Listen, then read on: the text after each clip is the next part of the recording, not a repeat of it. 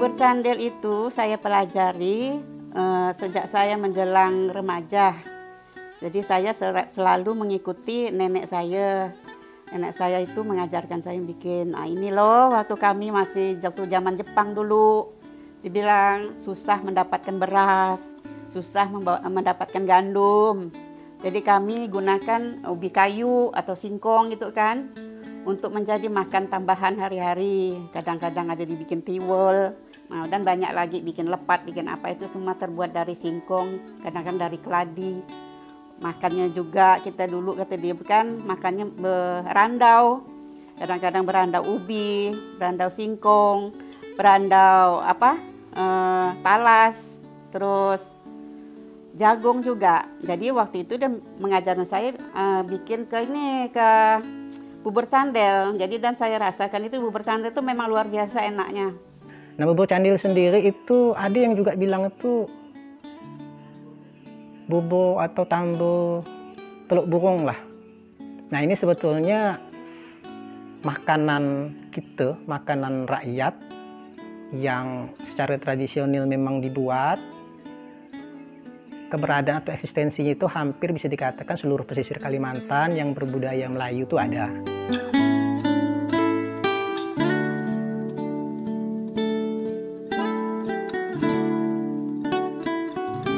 Nenek juga pernah bilang bubur candil itu karena makanan yang kita cari yang istimewa tidak ada, jadi supaya menghemat bahannya mudah didapatkan, akhirnya itulah dibikinlah bubur candil itu, cuma menggunakan ubi kayu, terus santan kelapa, daun pandan, dan gula dan gula aren atau gula kelapa, hanya itu bahannya.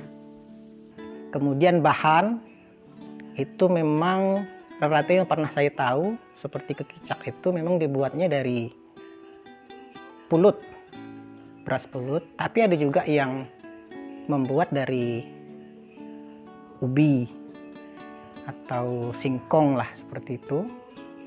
Nah, kemudian kalau jenis bentuknya karena disebut teluk burung ini, candil ini memang bentuknya bulat putih. Nah, kalau kekicak itu bedanya dia bulat juga, cuman kemudian sebelum dimasak tuh dipencet atau diklemekkan dulu kalau bahasa orang sini itu di tengah-tengahnya.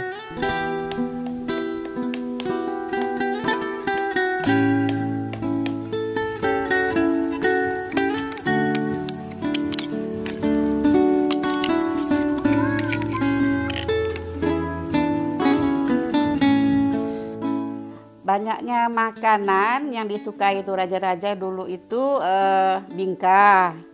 Oleh karena bingkah itu kan menggunakan telur juga itu langkah waktu itu kan.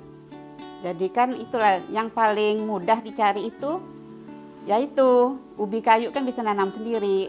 Jadi mencari situasi yang bagus dengan keadaan yang ada, ya bubur candil itulah yang disajikan untuk raja-raja. Soal apakah ini secara sejarah merupakan makanan yang dulu misalnya istimewa?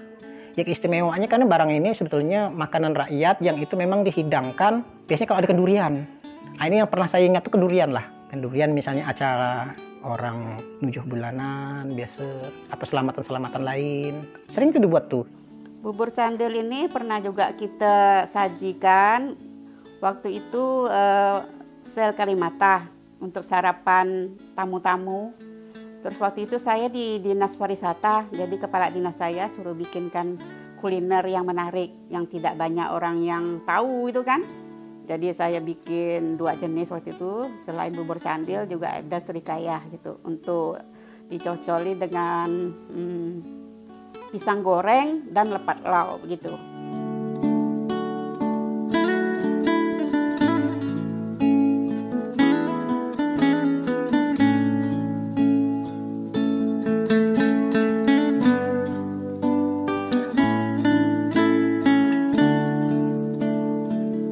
Candil itu biasa tuh kan kita bikin sebelum ada acara pernikahan tuh kan kita ada kumpul-kumpul keluarga. Jadi supaya ada istilah makanan gitu kan kita yang bekerja.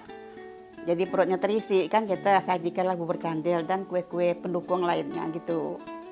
Nah, kadang-kadang kok kita ndak repot pun mau kita bawa kemana pun bisa. Mereka kan itu kan santannya bisa terpisah. Jadi dia tuh ndak istilah bocor kemana-mana gitu kan. Nah, jadi mudah untuk dibawa kemanapun bisa gitu. Jadi setiap yang makan pasti suka, ndak pernah bilang ndak suka tuh. Nantilah bapak saya kasih.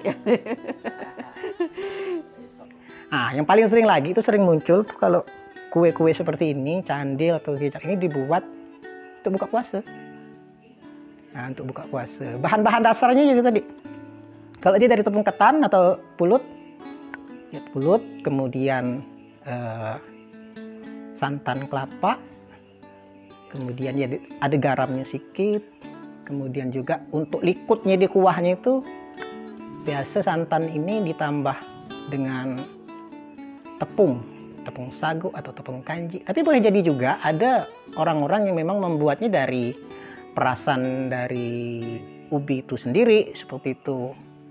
Nah, kemudian gula merah sebagai kuah.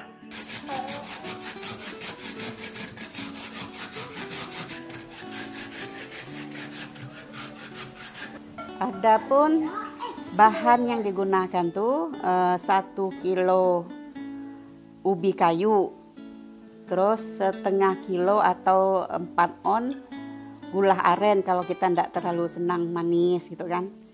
1 buah kelapa, terus daun pandan, beserta garam. Terus cara prosesnya, ubi kayu itu kita parut, terus dari sebagiannya tuh kita simpan untuk tetap kita jadikan utuh sebagai perasan dari ubi kayu tadi. Terus yang sebagian lagi itu kita bulat-bulatkan seperti kelereng. Setelah itu kita rebus air gula, terus kita masukkan daun pandan. Tapi gulanya pun udah kita saring gitu kan. Setelah mendidih baru kita masukkan butiran-butiran bulatan ubi kayu tersebut. Setelah udah agak menimbul sisa dari parutan kelapa tadi itu, kita dengan tambahan sagu yang perasan dari ubi kayu tadi itu kita campurkan jadi satu. Setelah itu kita cemplungkan ke dalam panci yang udah ada butiran-butiran ubi kayu tadi. Setelah mengental, sampailah mengental dan matang. Untuk tambahannya yaitu kita bikin santan kelapa, patinya kita ambil, kita campur garam.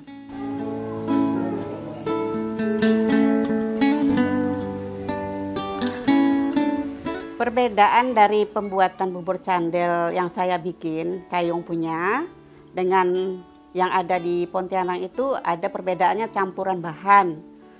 Kalau saya menggunakan tuh dari perasan ubi kayu tadi itu kan ada sagunya. Jadi sagunya itu nanti kita campurkan lagi ke sisa adonan dari ubi kayu tersebut. Setelah itu kita cemplungkan ke dalam butiran-butiran ubi yang di dalam panci tadi. Tapi kalau di daerah lain tuh kadang-kadang mereka tuh menggunakan tepung kanji untuk mengentalkannya. Tapi kalau saya cukup bahan yang sudah ada itu, tidak mencampuri dengan bahan-bahan yang lain gitu. Kemudian paling penting itu mencari ciri khas tertentu lah ya, agar berbeda. Karena ya seperti saya bilang tadi itu di beberapa daerah juga ada.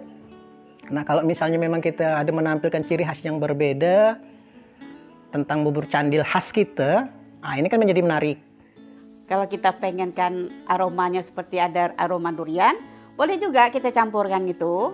Jadi istilahnya kolaborasi dengan singkong dan buah durian tersebut. Bisa aja. Tapi kok kita mau memang originalnya itu, tidak merubahnya, tetap seperti yang saya sebutkan yang pertama tadi. Nah ini, kemudian dari mana asal muasal? Nah ini kan kadang-kadang kita bertanya, yang kita akui kalau kita lihat dari sejarah kampung kita ini atau wilayah kita ini kan memang tak bisa lepas juga dari pengaruh-pengaruh luar. Karena memang seperti di negeri kita ini kan kerajaan Tanjung Pura, Matan, Sukadana, Simpang itu hubungannya dengan Jawa juga erat, kemudian dengan Banten, dengan Mataram, Surabaya, Banjar itu dengan Demak. Karena di sana juga dikenal tuh salah satu makanan tradisional juga yang namanya candil ini. Iya, kalau untuk ilmu itu saya tidak menutupi, saya selalu berbagi kan.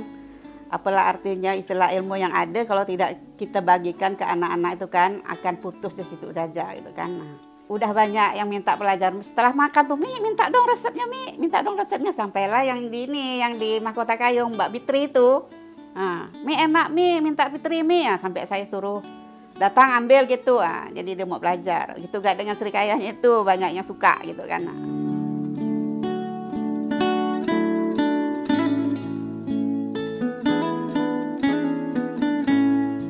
Harapan saya dari pemerintahan itu bisalah dikembangkan agar masyarakat tahu, ya terutama di bidang kebudayaan dinas pendidikan gitu kan, harus bisa berkolaborasi lah dengan masyarakat yang ada, yang punya apa nih kuliner-kuliner yang lama itu kan bisa dibuka kembali, dikembangkan lagi agar mereka tahu semua gitu kan, tidak hanya makanan-makanan yang modern sekarang ini.